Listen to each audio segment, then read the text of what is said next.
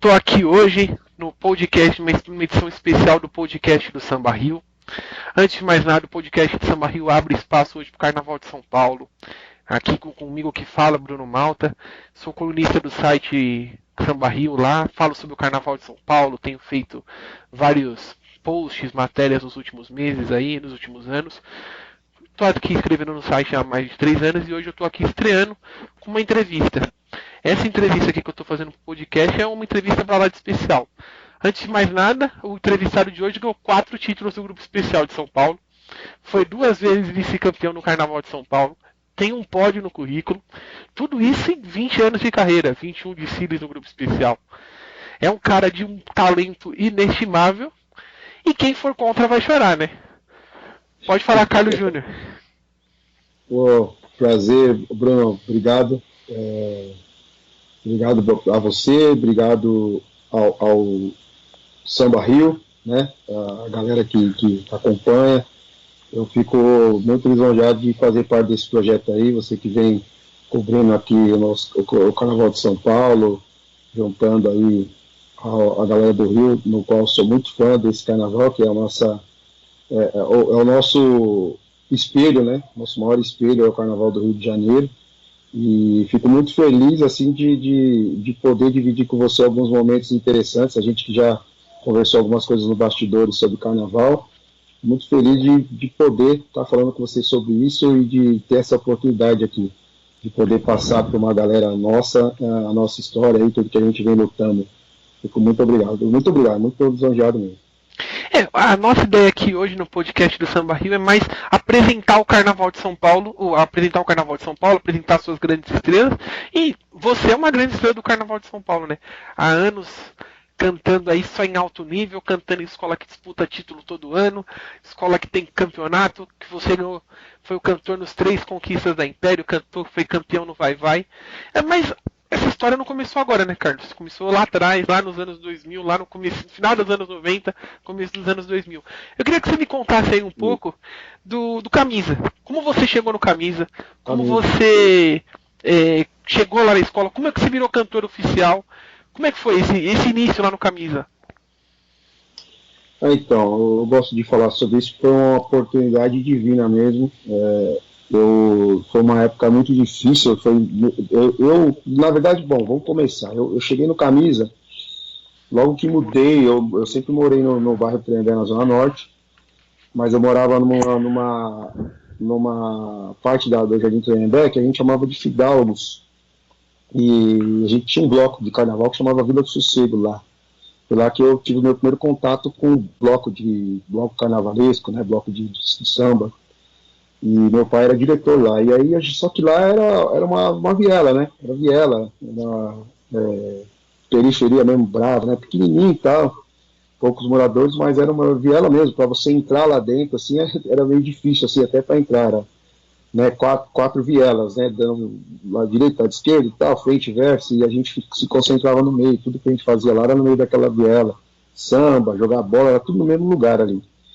E aí meu pai resolveu mudar a gente de lá e fomos morar em prédios e tal, uns prédios novos do governo, num outro lado que era um lado mais menos pesado assim para se morar, né? E aí eu conheci nesse novo lugar, né? Acho que eu já estava com 9 anos, 9, 10 anos, nós conhecemos os filhos do Tobias. Tobias chamava de comandante Tobias, Carlos Alberto Tobias, que era o presidente do Camisa Verde e Branco nos anos 90, né, o filho de São Inocêncio. Conheci os filhos dele, o Carlos Alberto Xará e o Anderson Fô, né, o Anderson Fô que não é mais vivo, não está mais entre nós. E aí, eu bate-papo com eles e tal, a camisa verde, a gente gostando de samba, conhecemos os futuros herdeiros do Camisa, então vamos lá conhecer o Camisa, fomos conhecer o Camisa. E aí foi a minha paixão lá, né, quando eu cheguei na quadra, na Barra Funda, a gente, naquela época, uma das melhores quadras, né, que tinha em São Paulo. Isso, eu tô falando de 89 para 90, 1989 para 90. E só que eu não desfilei, não. Conheci a quadra, conheci a bateria, na época Eu gostava muito dos ritmistas, né? Eu gostava muito de fazer ritmo, a gente chamava de batuqueiro, eu queria ser batuqueiro. A parte que me chamava a atenção era essa, a parte dos batuqueiros os passistas, né, que chamavam ala show, os caras que ficavam rodando pandeiro, jogando pandeiro pro alto, faziam uns passinhos e tal, né, ala de passe marcado, era o que a gente gostava na época. E aí comecei com camisa, através deles, né, tinha esse acesso por eles serem filhos do Tobias, conheci o Tobias de longe, conheci toda a família, né, meus seus Tobias, Magali, Simone, Alecrim, que era uma família muito forte dentro do carnaval nessa época. E o mestre Leno, que é um dos grandes mestres aí que a gente tem na história do carnaval, né, até hoje. E aí eu falei, aquele dia que eu fui para lá, comecei a ver os shows da bateria, eles faziam muitos eventos, festa do Havaí, encontros de bateria, e eu sempre me chamava a atenção, a batida do camisa, das caixas do camisa parecida com a da Mocidade do Padre Miguel, né, do mestre André e tal, e eu falei, eu quero sair nessa bateria, nessa verde e branco aí. Fiquei ensaiando isso há anos, aí eu vi o desfile pela primeira vez na Tiradentes, que eles fizeram, e que foi o último ano de Tiradentes, campeão, né? Campeão. E aí o cantor lá era o Aguinaldo Juscelino. Eles dividiram o samba, eles dividiram o microfone, né? E a composição era do Grego, devia ter mais alguns compositores, mas eu não me lembro. O Grego, que era um grande nome e tal. E aí eu nem sabia que um dia esse cantor, mas era aquela parte ali do desfile que me chamava a atenção, bateria, carro de som.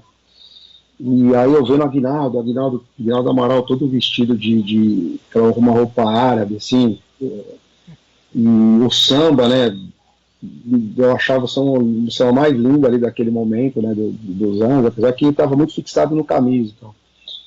E aí eu falei, ano que vem eu preciso estar, eu lembro da roupa do camisa, a roupa da bateria, existe de Zé Carioca e tal. E aí eu falei, eu vou dar um jeito de sair nessa bateria. No outro ano eu fui para lá e eles montaram a bateria Mirim. E aqui no meu bairro estava rolando as escolas, então a gente brincava aqui de profissional aqui no bairro e tentava entrar lá no grupo especial através da camisa. Né? Aí eu fui para lá no outro ano, consegui entrar na bateria Mirim, o Divino, que era o mestre, tinha saído, o Neno assumiu e o Neno montou uma bateria Mirim.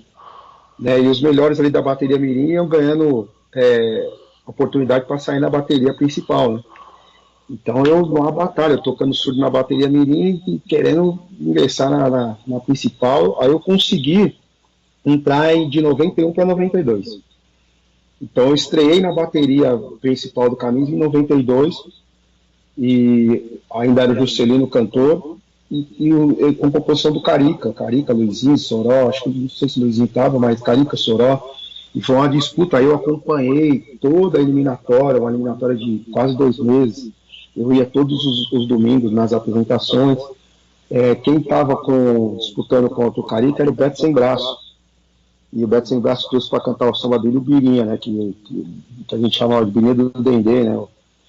E foi uma disputa assim que eu nunca tinha visto na minha vida de eliminatória. Eu nunca tinha visto, nunca tinha participado, mas pela primeira vez eu consegui tocar, participar, ver 2 sambas e ficar naquela dúvida e tal. E aí a galera começou a fazer aquele movimento, não, tem que dar o samba da casa, mas o pessoal adorava o Beto Sem Braço, né? Quem trouxe o Beto Sem Braço pro Camisa foi o Zeca Pagodinho, os caras eram amados no Camisa, né? E, mas aí os meninos, o Carica era novo, o pessoal de Sensação novinho pra caramba, a molecada, deram pra molecada, né? Foi uma festa, assim, legal, e aí fiz uma estreia em 92, Banho de Luz que me seduz. Foi a minha primeira desfile oficial, assim, no Camisa, em 1992. E chorava muito, fantasia, tipo assim, é a única fantasia que eu lembro. Não lembro das outras depois, mas essa eu lembro, é uma fantasia linda, né? Que naquela época as baterias usavam umas fantasias pesadas, e o Camisa ele estava querendo usar o lance de colocar fantasias grandes e de luxo, né, de usar luxo. Então, luxo na bateria era complicado, mas a gente dava um jeito. Então, aquela coisa de apaixonado, né? A fantasia pesada, a gente tocando, aquele cuidado para fazer as bossas e tal.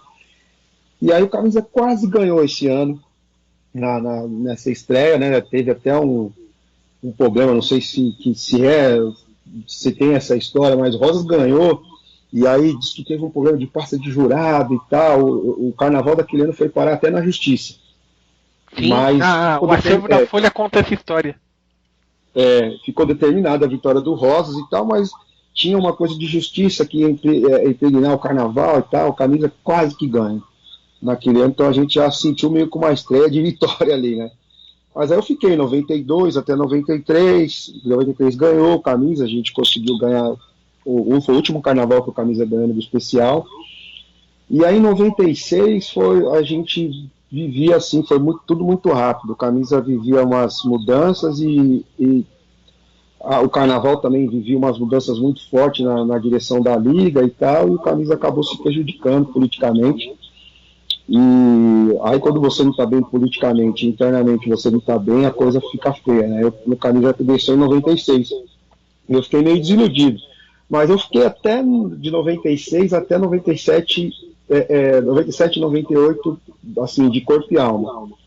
Em 98 eu já não queria mais, 98 para 99 eu já não queria mais desfilar no Camisa, porque eu não sentia mais a mesma vibe de quando eu conheci, de quando eu cheguei. Mas não desfilar no Camisa era a mesma coisa de não querer mais saber de carnaval.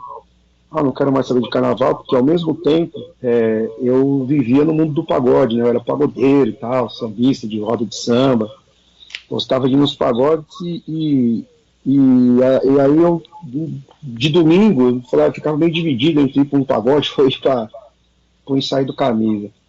E aí eu resolvi em 98 que eu não iria mais. Só que aí teve uma galera aqui do Tremembé que eles até hoje são apaixonados, né? A gente tem um bloco aqui que chama Grones, né? E eles só pensam que naquela época eles estavam envolvidos, esse bloco, com o X9. E o X9 estava numa ascensão muito grande no Carnaval Paulista, né? E aí eles resolveram fazer samba lá no X9, não tinha ninguém para compor, falei, então eu ajudo. Fui lá, fiz o samba inteiro para eles lá, entreguei, e os caras, não tem ninguém para cantar. Falei, não tem ninguém para cantar. Falei, eu vou lá, canto rapidinho, depois vou comer o pagode e tal. E dava tempo, então eu ia no X9, cantava, fiz o samba, cantava o samba e saía correndo, não ficava para ver resultado nem nada, fiz o samba e ia pro pagode, que era perto da quadra do X9. E aí foi crescendo esse samba, ele foi pra final, cara. Era um samba que falava do Beto Carreiro e dessa cidade que tem... Agora eu esqueci o nome da cidade, cara. É uma cidade que tem rodeio, que fala de rodeio. Faz uma festa de rodeio. Eles estavam homenageando. E aí fui pra final. Foi quando eu conheci o Vaguinho. O Vaguinho, cantor, puxador de escola de samba, que já tinha puxado na Tijuca, né? Eu chamo ele do Vaguinho do Borel, Wagner Mariano. E aí vi o Vaguinho cantando lá, cara, um samba, fiz uma final contra ele e o Serginho de Santos. Os caras já eram cantores profissionais, né? E aí eu falava, vou esperar um pouco o pagode e vou ver esses caras cantando. Muito legal esse jeito dos caras e tal. Aqui a gente só acompanhava Armando da Mangueira, Voz do Cavaco, né? Você tinha Tobias, que estava parando, Helena de Lima, não tinha muita referência. E você via que o Vaguinho era diferente, tal. Eu comecei a perguntar, quem é esse cara? Veio lá da Tijuca, tal, veio do Rio, compositor, puxador bom. Eu falei, pô, se eu fosse puxador, eu queria ser igual esse cara aí. E ali eu comecei a me espelhar nele. E a gente fez a final, ele ganhou, né? Ele e o Gênesis Federal.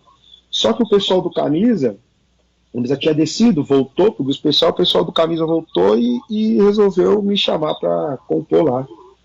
E eu já ia parar, né, com o Camisa. Mas, por que você não compõe? Eu não tô mais afim. Não tava mais afim de tocar e tal, mas não sei se eu quero disputar esse negócio de ficar disputando, se enche o saco e tal. Mas eu sempre gostei de cantar, assim. E aí o Neno, que era o meu mestre, né, o Neno foi meu mestre desde 92, me chamou no particular, e assim, o mestre naquela época era o nosso líder, né, cara? O nosso líder do ano inteiro, assim, né? E, pô, você tem que fazer lá, você tem que ajudar o nosso pavilhão, não, mestre, então tudo bem, eu vou fazer. E aí eu fiz mais como se fosse mesmo uma ordem mesmo, né? e entreguei, naquela época a gente entregava na fita cassete. Entreguei o samba, quem recebia era a Simone, que era filha do Tobias com a Magali, né? Que a Magali era presidente da época. Entreguei a fita e tal, aí lá você entregava a fita com o samba e eu via na hora, né? Eu colocava ali para ver se estava tudo certo. Entregava lá as 20 letras, né? Colocaram na hora, a senhora que colocou a minha fita, eu fiz uma fita gravada na sala, eu cantando e o menino do grupo que eu tinha tocando cavaco. Mas na hora que começou a tocar, eu vi que os outros compositores eram muitos, né? Aquele silêncio, começou, tava todo mundo conversando, começou aquele silêncio, aquelas olhadas pra mim assim, e eu meninão, falei, poxa, eu acho que deu alguma coisa aí, que os caras, aquele monte de perguntas, você é do Rio de Janeiro, cara, você é da onde? Pô, sou da bateria, sou daqui, porque às vezes você é da escola, mas as pessoas não te conhecem, né? Tinha muito isso, né? Pô, o cara da bateria só vem em janeiro, né? E aí, pô, mas você é da onde, cara? Você tá, esse samba é de quem? Eu falei, não, filho, eu fiz na minha casa, né? O menino aí tocou pra mim, e ficou aquela desconfiança já na fita. E aí começou as eliminatórias, a gente ficou 2 meses disputando, eu cantando sozinho lá, isso no final de 99, setembro de 99, agosto, setembro de 99, escolheu em dia 7 de setembro, e aí de manhãzinho a gente ganhou o samba, né? Ganhamos o samba, e o Camisa tinha acabado de mandar o Juscelino embora.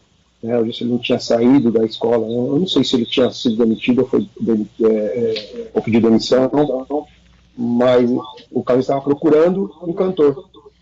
E aí contratou um cantor do Barroca, que chamava Tru, o apelido, né, não sei o nome dele, mas era o nome artístico dele, era Tru, ele foi do Barroca e tal. Mas bem na semana da final, teve uma festa do Camisa, uma festa de aniversário do Camisa, 4 de setembro, e assim, o Tru tinha acabado de assumir, acho que ele estava com dificuldades para decorar os sambas, né, o hino, os sambas que cantavam na festa. E aí, pô, a galera foi uma desaprovação geral, né? Ah, não, cara, só que eu tava subindo e tal.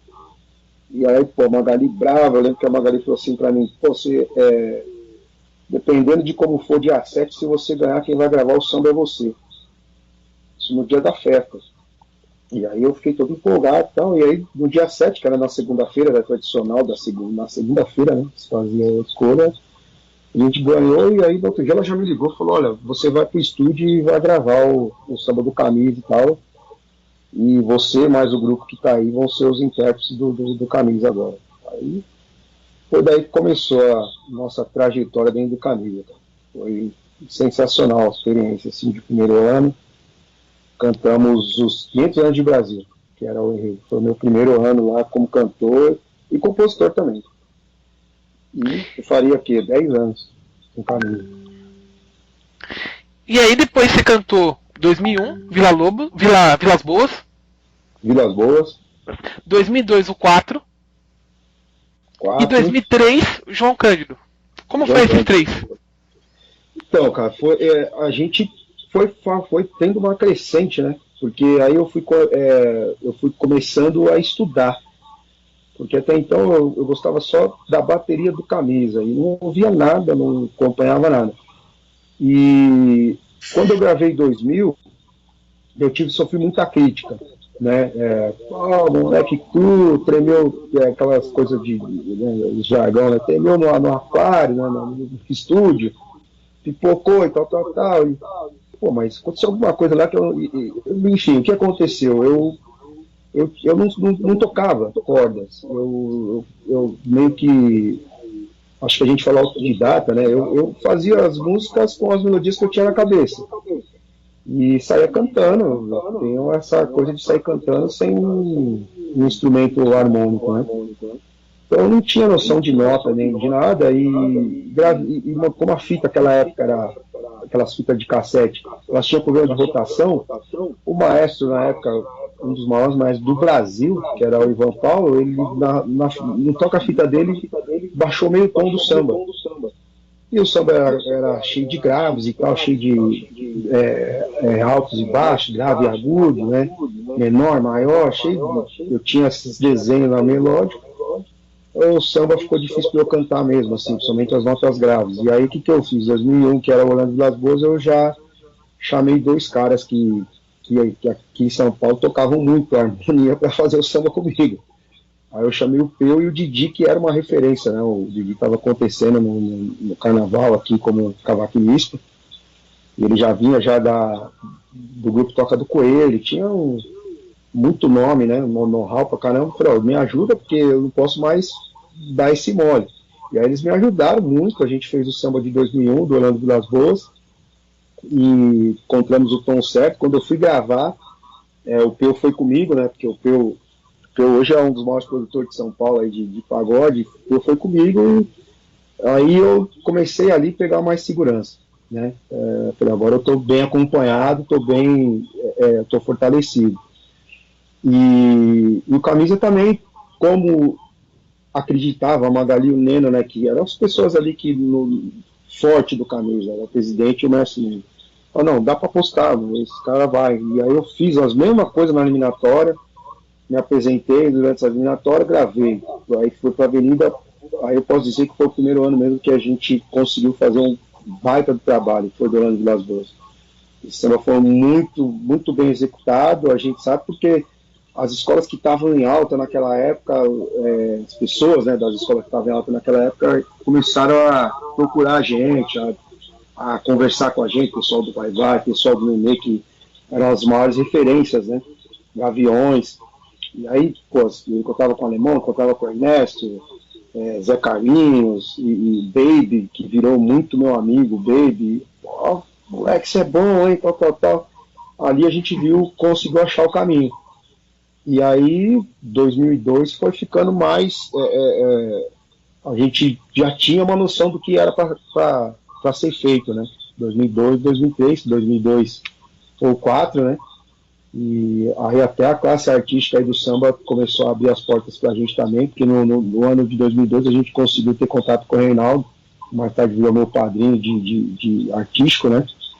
E aí a gente gravou junto o samba de 2002. Ele era muito camisa verde, ele, né? E eu fui até em vários shows dele aqui em São Paulo, cantar o samba de 2002. Começamos a cantar nos barzinhos, né, de samba, de show aqui em São Paulo. Toda semana eu estava em algum lugar cantando esse samba. A galera começou a curtir o Camisa, cara, em 2002. E aí 2003 parece que foi tipo... Em 2002 a gente ainda teve um sucesso que a gente conseguiu, que foi o primeiro vice-campeonato, né, que você citou até no começo.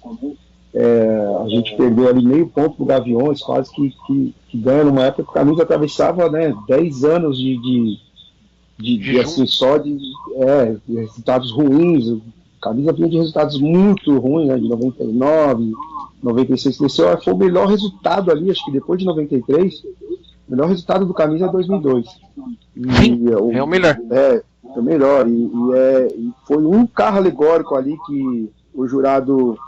Ele, de enredo, né, ele disse que tinha um rei Momo que não poderia vir na frente dos 4 cavaleiros, porque até mesmo o samba falava, 4 cavaleiros vem anunciando, e aí ele achou que não ficou legal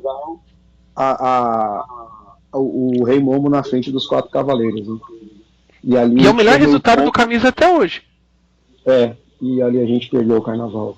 E assim, foi um baita carnaval do Gaviões também, né? Que era a hora da virada, baita carnaval.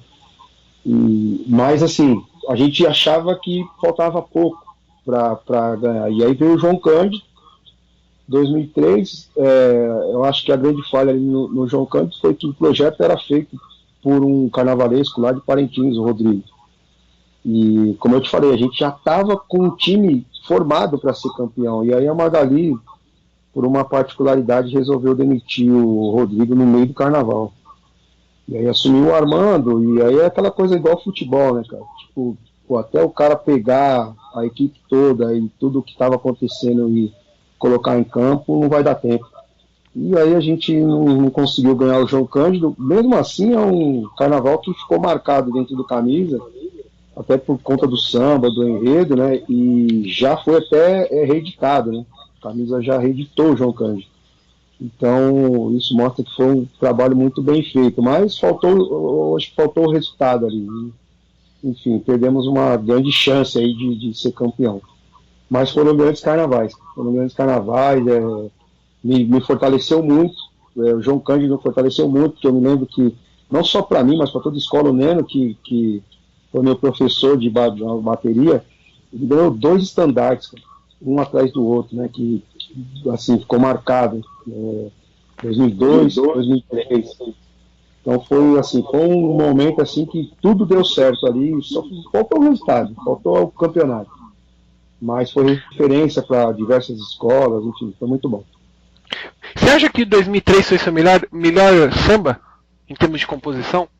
Porque é um samba que todo mundo canta, né? Um samba que ficou marcado no Carnaval de São Paulo. Mesmo sem a vitória que acho que talvez pelos pontos que você está falando aí, talvez viesse, se o projeto tivesse continuado do jeito que tinha que seguir, talvez viesse a vitória. Você acha que foi o melhor samba que você fez? Embora eu goste dos 3, do In, do Vilas Boas, do 4, eu acho ótimos sambas. Eu acho que 2003 tem algo a mais, até pela reedição também. Eu acho que assim, o 2003, ele se torna melhor não pelo só, porque por causa do enredo, né? Eu sempre falo isso hoje em dia no Império. Falo às vezes alguns diretores do Império, eles se frustram e tal de não estar entre os top 3 ou top 5 dos melhores sambas enredos durante o ano, né, nas escolas. Eu falo, isso aí é muito por conta do enredo que se escolhe. Né? A minha opinião, assim, esse é a minha percepção. O João Cândido é um grande enredo, é o melhor enredo dos 4, né? Então, com certeza vai ser o melhor samba. Com certeza é o melhor samba, porque você vai ter uma escrita, vai ter uma história muito melhor para ser contada, né? Entendeu? Porque você pega, por exemplo, 2002, acho que a riqueza melódica dele é muito melhor, mas o enredo dele é o menos histórico, é muito lúdico, né? O 4 foi muito lúdico, é uma invenção. Então, quando você junta a melodia, letra e melodia, ele não se torna igual o Orlando Vilas Boas e nem igual ao João Cândido, que um vai contar a história do índio, né, que é uma história bonita, né, do Orlando Vilas Boas, e o outro do João Cândido, que é muito popular, né, muito carnaval, né, é uma coisa muito da escola de samba, é muito comunidade o João Cândido, né. Então o compositor, no nosso caso, até os que concorreram, você acaba tendo uma raiva maior para fazer, né, fica mais instigado para fazer. Então você vai sair com um refrão mais pesado, você sai com uma segunda melódica, como é que eu falo? Aquele lance do Aldir Blanc, né? Glória! Você conseguir retratar essas coisas no samba, isso faz toda a diferença, né? E por quê? Por causa do enredo. O enredo ajuda demais.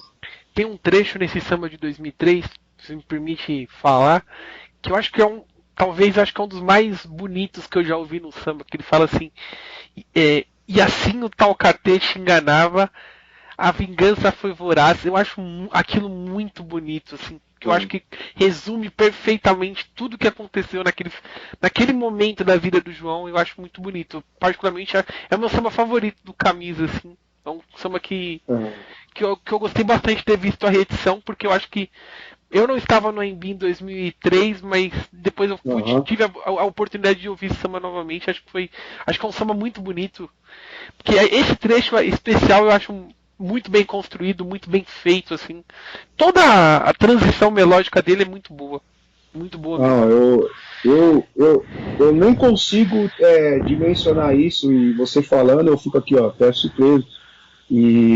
Porque a gente não faz dimensão. Eu lembro que naquela época a gente sentava para fazer e eu tava lá 2 apaixonados, né? Eu e o Didi, e sem noção até do que a gente tinha feito, né? Tanto é que quando eles reeditaram o samba, eu mesmo era contra esse samba ser reeditado. Eu falei, não pode ser isso, cara. A gente não pode ter feito tudo isso mesmo, como eles estão falando, sabe? A gente ficava surpreendido, porque até eles fizeram uma final com outros 3 sambas que já eram consagrados no país. E a gente falava assim, não é possível, Didi, não é possível. Assim, realmente, ele tem essa coisa que você falou, mas a gente como compositor, o Didi, não consegue medir isso. A gente não consegue. Você falando, eu me lembro muito bem quando a gente fez essa segunda, né, do samba, e o Didi, eu lembro que eu saí letrando ela e o Didi, em um minuto, foi contra. Então, assim, o Didi é um cara que tem muito mais noção do que eu, né? Ele já vinha fazendo samba há muito mais tempo que eu e tal. O Didi fez o refrão do Orlando Vilas Boas inteiro sozinho, né, do refrão. Então é um cara assim, é um craque, né, nesse lance de samba enredo. Mas eu não imaginava, assim, né? Pô, que coisa extraordinária o João Cândido, cara. E depois eu pude acompanhar, né? Eu li sobre o João Cândido. Depois vi até a novela, né? Que a Globo fez, novela das 6, eu acompanhei. Falei, pô, cara, eu tive a oportunidade de contar essa história aí, cara, numa época que ninguém tava querendo saber muito da história, né? E, E e é um legal isso. enredo. E é um enredo que tem uma história no Camisa, né? Porque era um enredo que foi proibido na década de 80, volta Proibido, depois. precisamente. Eu acho. É como você falou, era o ano do Camisa. Era o Era o ano do ano do Camisa, Camisa. cara. Era o ano que o Camisa tinha construído toda uma base para ser o campeão no carnaval. Mas tem coisas que só as coisas internas às vezes atrapalham. A hora da pista também é alguma. Tem coisas que só a pista explica. Mas era o ano do É, Camisa, como você bem falou. eu tenho um parceiro de samba que canta comigo no carro de som, que é o Fabiano Sorriso, é um cara também muito experiente, um sambista muito experiente aqui em São Paulo, o compositor da Nenê, canta, dança, tem os grupos dele que ele faz show, foi diretor musical da Alicia, é um cara sensacional. E ele fala que o samba, ele fala essa frase, o samba ele cobra.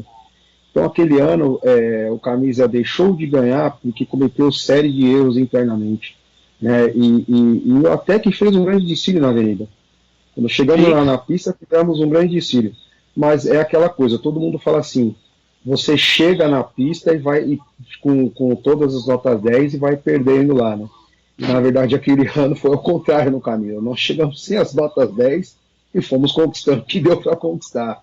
Foi Faltou justamente algumas. o que aconteceu. Faltou algumas. A gente não saiu de casa pronto, né? A gente tinha todo, né? Vinha de um vice-campeonato, então tinha tudo para chegar campeão, mas não. Chegamos lá sem carnavalesco, chegamos quebrado e aí, conforme o desfile, a gente foi acontecendo dentro da avenida, né? Mas faltou gás, né? Faltou perna para subir a ladeira, era uma ladeirinha que faltou perna.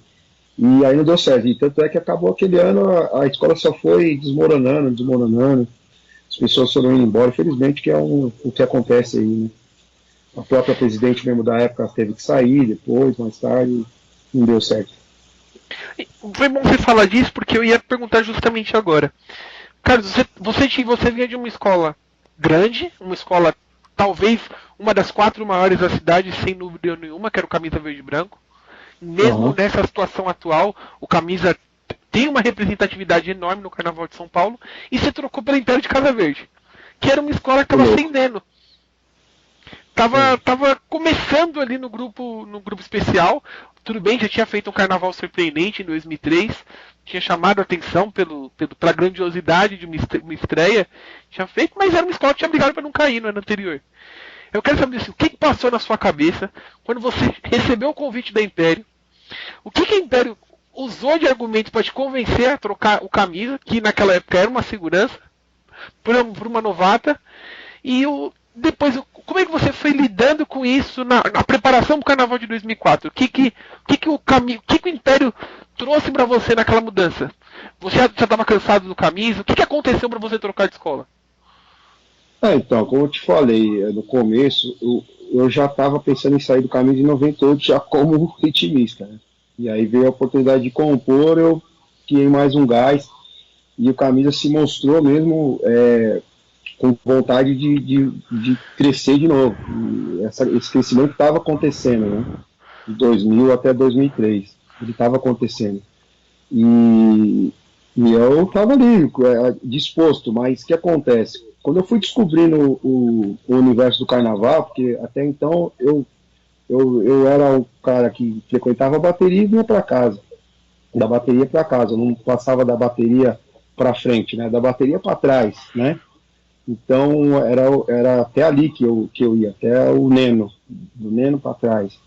quando eu virei intérprete, compositor, eu comecei a ter que entrar nos bastidores do Camisa, de diretoria, e além dos bastidores do Camisa, eu comecei a ter que frequentar liga das escolas de samba, festas do AMB, aí clipes, alguns compromissos, clipes da Globo, enfim, compromissos que eu não sabia como era executado e não conhecia esse universo.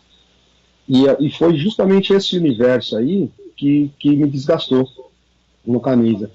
Porque se você imagina que hoje as pessoas do carnaval, o carnaval é uma coisa muito gostosa, mas ela é um caldeirão de vaidades, né? Uma acima da outra. Imagina naquela época que estava tudo se iniciando e não tinha tanta visibilidade, você só tinha a Globo, você não tinha a internet, você não tinha nada. Então era uma disputa aquilo lá. Se aparecer um minuto na Globo era muito bom particularmente, mas externamente poderia virar um inferno, porque se aparecia na Globo, tinha pessoas que achavam que você estava milionário. E nada disso estava acontecendo, pelo contrário, né? A gente estava lá batendo lata para ser puxador do camisa, a gente não tinha salário, não tinha nada, era muito difícil para receber o direito autoral. Eu, naquela época, a economia no país era péssima, eu tinha acabado de ser, eu tinha um emprego no Guapira, que eu era treinador de futebol de escolinha, e eu tinha sido mandado embora, porque o governo fez uma lei, justamente naquele momento, né, que para você poder dar aula de futebol para menores, você tinha que ter a faculdade de educação física, você tinha que ser formado. Bem naquele momento foi obrigatório. E aí eu fui mandado embora, ou seja, eu estava desempregado de junho eu fui mandado embora em junho de 99. E aí eu fiquei sem R$ 1 até dezembro de 99. E o único dinheiro que eu consegui foi ganhando samba no Camisa. E aí o que acontece? Eu fazia sambas para me sustentar. Então o samba, ele me sustentava o ano inteiro. Ganhar o samba. Cantar não dava nem R$ 1, não ganhava nada. Só que cantar para mim era como se fosse ensaiar na bateria, tudo certo, porque a bateria também, o otimista também ganhar tudo certo, vamos lá, a gente. Só que aí eu descobri que existia verbas destinadas, né, para compositores e para cantores. Com o tempo eu descobri e essas verbas não chegavam em mim. Né, elas eram pagas, mas eu não recebia, iam para outras pessoas. E aí eu fui descobrindo, comecei a ir atrás disso. Na época eu tinha uma vontade enorme de cursar a faculdade de Direito, cheguei a entrar na Uniban numa negociação com o Camisa. Em 2002, o Camisa, a gente não tem dinheiro, mas o que você gostaria de fazer e tal? E eu negociei com eles, vocês pagam minha faculdade e eu fico cantando aqui. Só que aí eu fiquei lá cursando a faculdade durante um ano, e naquela época era a época dos boletos, né? Você pegava o boleto, levava para casa, né, como se fosse um carnezinho, e pagava. Eu peguei esse carnê e deixei com a administração do Camisa. Aí no final do ano eu descobri que nenhuma folha, as 12 folhas de pagamento não foram pagas. Isso de 2002 para 2003. E aí, imagina os juros daquela época, cara. Então a minha vida ali minha vida financeira virou um inferno, que era para ser divertido. Começou então, eu não conseguia comprar uma camiseta, assim, não conseguia comprar um tênis para andar, um chinelo, porque eu não tinha nem nome, né? Não dava para abrir um crediário, não dava para fazer nada, E eu já tinha muita dificuldade para se locomover, para ir para lá para os ensaios, né, e para ir para a faculdade. Enfim, foi um momento assim muito turbulento. E quando chegou no 2003, eles, não, a gente vai arrumar sua vida e tal, e vamos te pagar aqui uma graninha. O pessoal da Liga resolveu ajudar o Camisa nesse sentido, desse problema que tinha comigo. E a Liga me deu uma grana, não sei o que, e a gente foi e fez um boleto de carro lá, para eu me locomover, para ir para os ensaios, para eu poder. Carrinho era um Fusca de R$ 1.500, 7,9. Você vai com Camisa, você não precisa, aí você põe uma gasolina de R$ 10, eu não vou te ajudar, você vai conseguir trabalhar. E beleza, eu ia, cara, eu ia, só que chegou uma hora que também pararam de me pagar de novo. essas histórias começaram a vazar, e aí começaram a própria comunidade do Camisa, alguma parte da comunidade, começou a cobrar uma história de que eu ganhava samba enredo lá por conta de dívida que o Camisa tinha comigo. Então isso ficou muito inflamado, as pessoas começaram no meio da rua, vieram até na minha casa, você está roubando lá, está fazendo... E aí ficou insustentável, não só com a diretoria, mas ficou insustentável frequentar o Camisa com algumas pessoas da comunidade mesmo. Ficou muito insustentável, eu não sabia como lidar com isso, falei, pô, chegou a hora de eu ir embora. E aí eu, antes mesmo de, como eu te falei, como o ano do João Cândido foi um ano ruim para todo mundo que estava lá, foi um ano ruim, eu já tinha decidido, falei, eu assim que terminar o carnaval, eu peço demissão. O Camilo acho que ficou em 6º lugar, ou 5º lugar no João Cândido, eu não me lembro, 6º, e conseguiu ainda voltar para os campeões, porque acho que o 5º, 6º e o 7º era empate, e depois de empate foi 7 escolas para as campeãs. E eu já comuniquei naquele dia, falei, eu não desfile nem hoje, eu não fiz nem o desfile das campeãs. Eu já tinha comunicado a minha saída, apostando que alguém fosse me chamar. Falei, alguém vai me chamar para trabalhar, que seja o que Deus quiser, eu já estou ferrado mesmo, eu não posso continuar. Eu pensei, eu não posso continuar do jeito que está, né? Essas promessas aqui, eu desempregado, esse monte de promessa, e assim, como as obras eram meio de dia, eles falavam, as pessoas falavam que tinha gente recebendo as nossas obras e que esse dinheiro não chegava para a gente, né? E aí eu correndo atrás de contratos e tal, e ninguém abriu os contratos para a gente.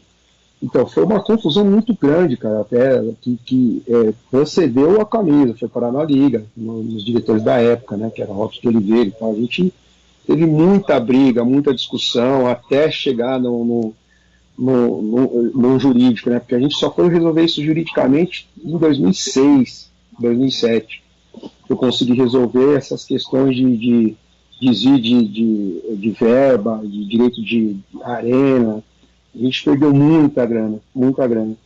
Mas nem sabia que tinha, não é que perdeu, não sabia que tinha, mas tinha pessoas usando a grana que a gente estava assinando o contrato e os caras recebendo. E aí eu senti uma raiva, na verdade, porque eu era muito jovem, falei, a Camisa podia ter me protegido disso aí, né? Ou pelo menos ter me avisado, né? E além de tudo, eu não concordava com a forma que a gente fez o Carnaval de João Cândido, né? A gente não, a diretoria determinou, estava muito desunido, as pessoas estavam cobrando o cantor, né, sobre as composições, ou você veja só, tinha pessoas que achavam que eu não tinha que ganhar o samba do João Cândido, e achavam que eu estava armando com a presidente para ganhar, então estava nessa situação. Eu falei, se eu ficar aqui mais um ano, daqui a pouco eu vou apanhar na rua, porque está descontrolado, né? E aí eu pedi demissão, antes mesmo do desfile das campeãs eu pedi demissão, não tinha ainda uma escola ainda negociando, ninguém tinha me feito proposta, eu simplesmente falei, se eu não achar outra escola, se dane, assim, eu vou tentar fazer samba em outro lugar, ver se eu consigo algum emprego, que estava difícil para conseguir emprego naquela época, e eu vou dar um jeito, mas não vou ficar mais, decidido e tal, o ambiente estava tão ruim, pesado, que eu resolvi sair. E aí na outra semana, teve o desfile das campeãs, na semana seguinte, num domingo, eu estava naquele, a gente chamava de depressão pós-carnaval. Triste, acabou o carnaval, desempregado, cheio de dívida, minha vida tá acabada. Domingo à noite, passando fantástico, com a luz tudo apagada, sozinho, daqui a pouco tocou o interfone de casa. Pra você descer aqui e tal, Júnior Marques. Eu falei, quem é Júnior Marques, cara? Eu sou o Júnior Marques, sou o novo diretor de Carnaval do Império e tal. Quem deu seu endereço foi o seu Arnaldo. O Arnaldo era uma harmonia do Império, foi uma harmonia de ele, cidadão samba, uma pessoa muito conceituada na velha guarda do Carnaval de São Paulo. Deu meu endereço e tal, aí já meu coração tudo falou, quem que é e tal, vou descer. Aí desci, a roupa, desci, tudo bem, eu conheci o Júnior foi na porta do meu pé, né? Queria que você pode dar uma volta, jantar, não sei o que, vamos embora. Cortou, quebraço, como é que eu vou embora? Aí fui conhecer, ele me levou para conhecer o seu Chico Honda. E aí a gente foi, eles tinham muitas instalações em São Paulo, né? Eles tinham padaria, tinham algumas coisas que era tudo com o nome do Império, né? Então eles me levaram para conhecer todos os lugares, escritório, tinha até uma academia de trem e tal. Aí, pô, os caras, eu fui vendo, né? Pô, academia, padaria, esses caras aqui, pô, eu, né, quebrado, desempregado, falei, pô, acho que eu tô no céu. E aí fui conhecer o barracão do Império por último, que assim, não existia, né? Barracão, que eles tinham acabado de inaugurar o barracão. E não existia um barracão daqui em São Paulo, né? Eu sempre frequentei alguns e estava falando, isso aqui é coisa de outro mundo. E aí o seu Chico conversando comigo, falou, olha, a gente está acabando de chegar no grupo especial, com muito custo conseguimos ficar. Só que a gente tinha 2 puxadores do Rio de Janeiro e tal, a gente não pode mais ter puxador do Rio de Janeiro, a gente tem que ter um puxador aqui de São Paulo, e o Sr. Arnaldo te indicou, disse que você fez um bom trabalho no camisa, eu não acompanho muito, tá, né? Aí eu falei, mas o que vocês esperam e tal? Ele falou assim, não, a gente quer que você fale quanto que você quer ganhar, se você quer contrato, não sei o quê. Aí, pô, eu falei, quantos dias eu tenho? Ah, uma semana aí e tal, e eu vim pra casa, no outro dia eu já liguei já. Falei, não, vamos fazer um contrato assim, assado. E tal, vamos fazer, vem pra cá. E fui pra lá, fiquei o dia inteiro lá com o seu Chico e com o Júnior. E aí fizemos um contrato lá e dali eu tinha certeza que arrumou a minha vida, assim, poderia administrar a minha vida e virar profissional através do carnaval. Só que eu também não conhecia a escola. Quando chegou o carnaval que eu fui para a escola, caiu uma ficha, né? Porque tem os dois lados, você tem o lado financeiro, mas tem o lado prático. Lá não ia ninguém, cara. Enquanto você estava no camisa, que era, sei lá, 2.000 pessoas todo fim de semana, entre rua e quadra, o Império não tinha 50 pessoas lá, no ensaio. Eu falei, meu Deus do céu. Só eu no palco, um cavaquinista, bateria, mais ninguém. Seu Chico no bar com a galera dele, e mais ninguém. Eu falei, o que eu vim fazer aqui, cara? E aí é o que você falou, perguntou. O Império foi uma experiência de vida, cara. Foi uma lição de vida, porque você sair de um lugar glamuroso e voltar pro zero, começa de novo. E foi o que aconteceu, porque eu vi assim a quadra sem ninguém para trabalhar, ninguém para curtir, ninguém para ensaiar, e de repente foi acontecendo alguma coisa, o movimento foi crescendo, e muito rápido, porque tinha assim no acesso algumas pessoas que frequentavam, mas quando mudou pro grupo especial, a coisa ficou meio ruim pro Império, porque o Império ele era catado de várias escolas no acesso, né, principalmente do Peruche. Quando ela virou concorrente do Peruche, do Mocidade, a galera se afastou. Então, tipo assim, a gente vem aqui para pegar fantasia, não precisa ensaiar. Né? Então, quem ensaiava era eu, bateria. A gente tinha um bom carnavalesco, eram dois, né? Era o Vitor Santos. O Paulo Furou? E o outro, o Paulo Furou. Eram dois cabeças pensantes assim. Mas a gente não tinha material humano. Não tinha material humano, estava saindo daquela coisa da UESP, né? Daquela situação de UESP para ser liga e ser especial, né? E como fazer isso? Eles resolveram fazer, tinha uma caprichada na quadra, fizeram uma reforma na quadra bonita, era um palco assim, bonito e tal, mas a gente ficou batendo lá nos ensaios, acho que durante uns 2 meses sem ninguém. E quando virou o ano, o Júnior teve lá uma ideia de apoiar. Eu me lembro que uma das coisas que mais foi significante para o Império foi que o Império resolveu apoiar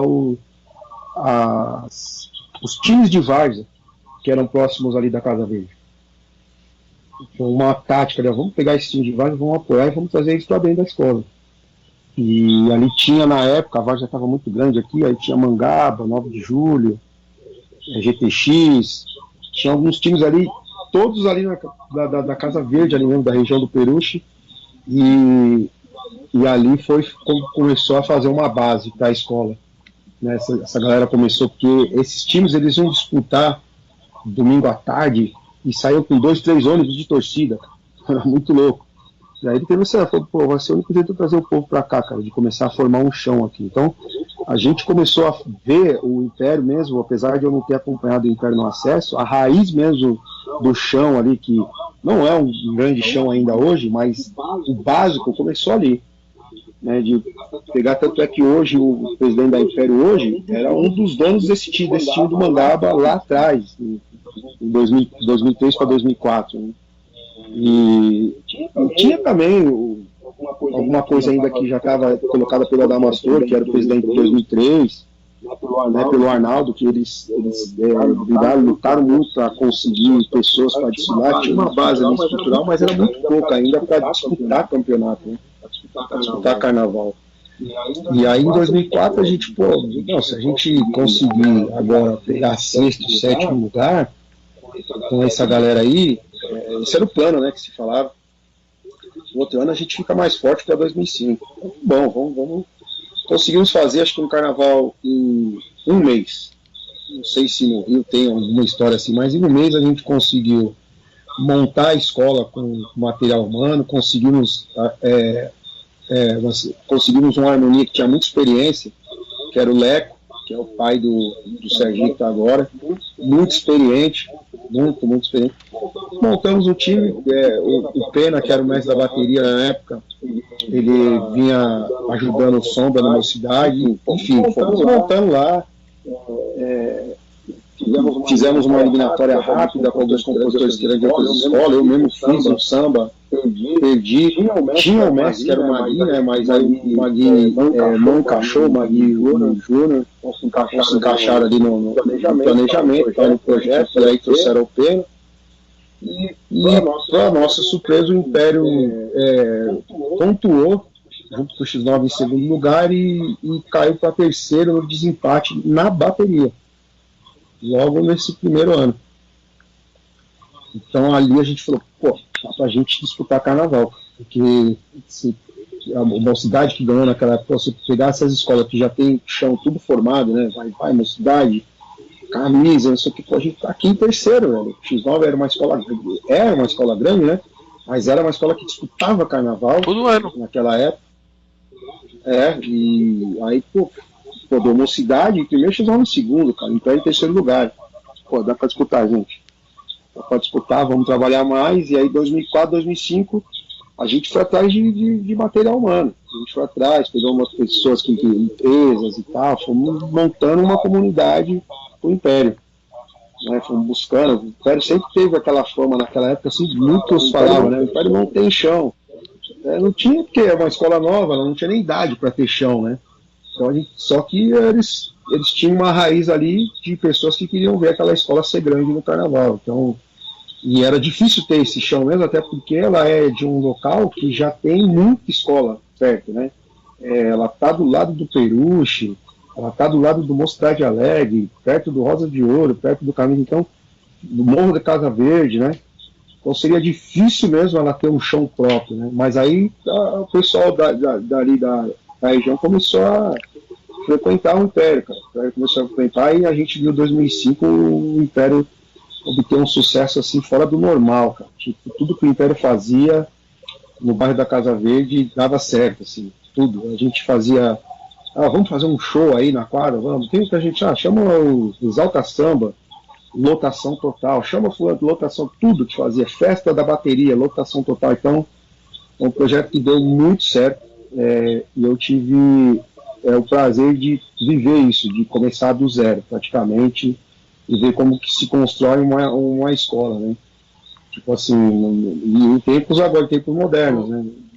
Vamos dizer assim. Carlos, uns 2000. Uma dúvida agora que eu já tinha, e agora vou com o seu relato ainda só aumentou.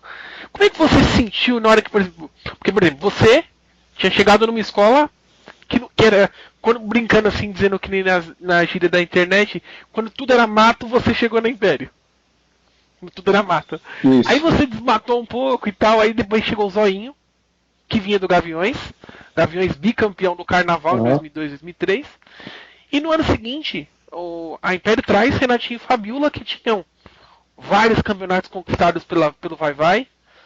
Casal conceituadíssimo, casal troféu nota 10 em vários anos. Como é que você sentiu? Você falou assim, gente, realmente a gente tá montando talvez o Dream Team do Carnaval aqui. Você se sentia um pouco assim?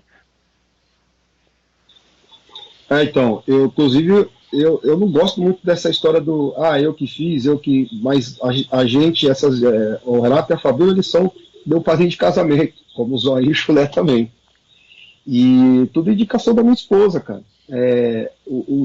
Agora, o Zoinho foi uma coincidência muito grande, porque o Zoinho não queria sair do Gaviões. E a gente tinha um mestre lá no Rio de Janeiro, que ele estava louco para vir para o Império. E ele era muito amigo do Zoinho. Na verdade era um trio, né? Zoinho, Chulé e Jagunço. Eles eram muito unidos junto com o Pantinho, né? Que está até hoje no Gaviões.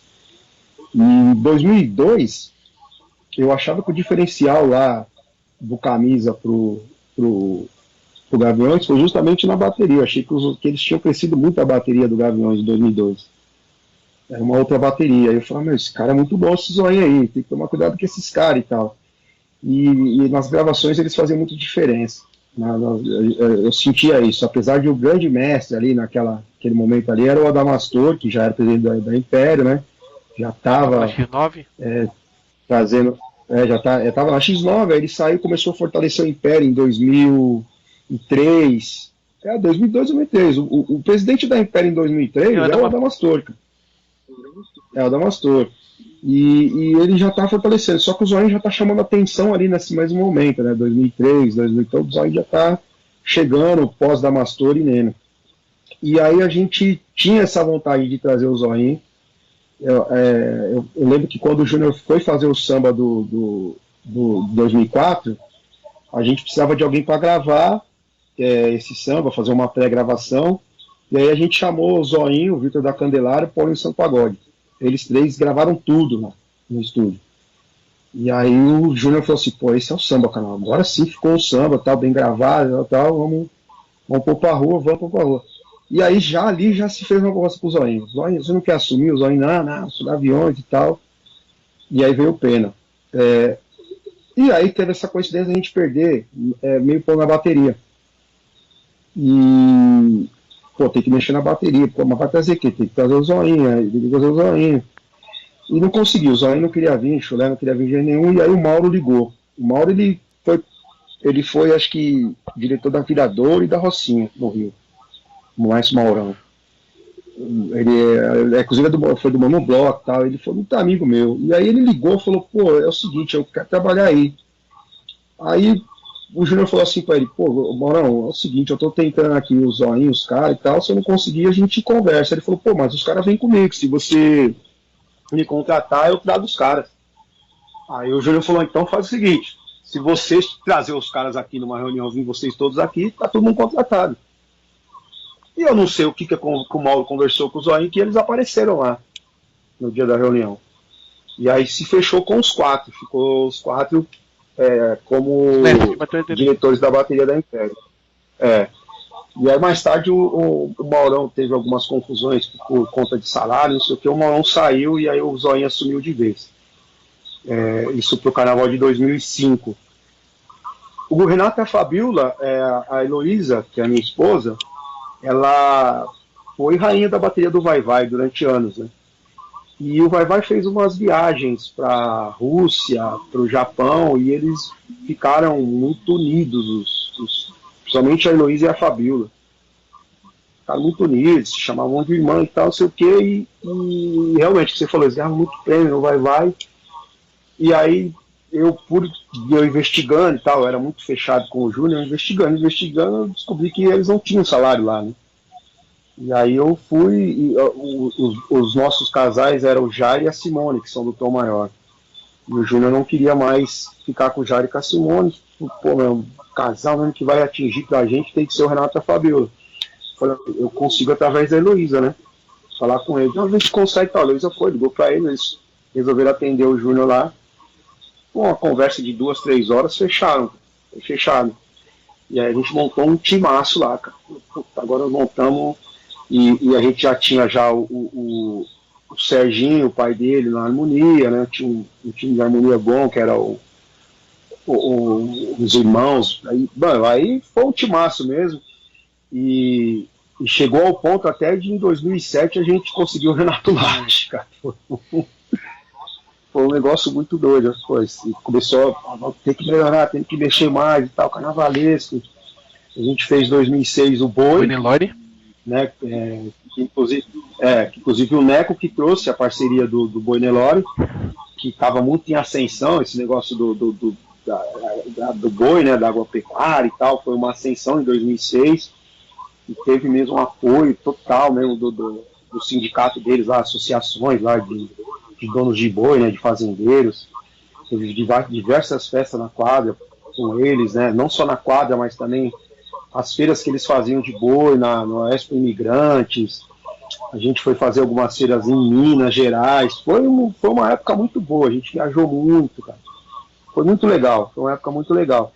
E assim, em 2006 muita gente fala assim, foi roubado, mas foi muito investimento mesmo. Trouxe o Roberto Zaniewski, que estava pedalando no Rio de Janeiro, o Roberto Zaniewski, os carnavais dele da Grande Rio, os carnavais que ele estava fazendo, estava assim, em termos de luxo, era uma coisa assim, fora do comum, né? E aí conseguimos trazer E ele. tinha ido muito bem no Foi Gaviões em 2004, o polonês. Tinha ido muito. Apesar ele já do tinha já rebaixamento do Gaviões, ele tinha feito um ótimo trabalho. Ali o. justamente. Foi um azar, né? Aquele rebaixamento do Gaviões foi um azar de avenida, de pista mesmo, né? Mas, assim, foi também 2006 foi um trabalho muito bom. Em 2007, o azar foi o nosso, né? Em 2007 a gente fez um carnaval para ser inesquecível, mas o nosso desfile começamos a ter série de erros no desfile, saiu um pouco fora da medida, fantasia, a gente perdeu um pouco da mão em 2007, mas mesmo assim foi um grande carnaval, foi um grande desfile, não foi campeão, mas foi um desfile E é marcante, inesquecível. inesquecível, assim, infelizmente não ganhou, mas foi um carnaval que até hoje a gente fica falando lá, a gente tem que bater 2007, a gente tem que bater 2007 e tal. Então, Essa foi a primeira parte do podcast Samba Rio com o intérprete da Império de Casa Verde, Carlos Júnior Bruno Malta, no comando. Ao longo da semana postaremos as outras duas partes. É um especial, um podcast especial dividido em 3 partes. Até lá, você que ficou com a gente até agora ouvindo o podcast, nosso muito obrigado. Aguarde as 2 partes sequenciais desse bate-papo muito gostoso com Carlos Júnior e quem for contra vai chorar. sambarriocarnaval.com, fique ligado, acesse @sambarrio site em todas as redes sociais. Até lá, muito bom dia, muito boa tarde e muito boa noite. Esse é mais um podcast Samba Rio.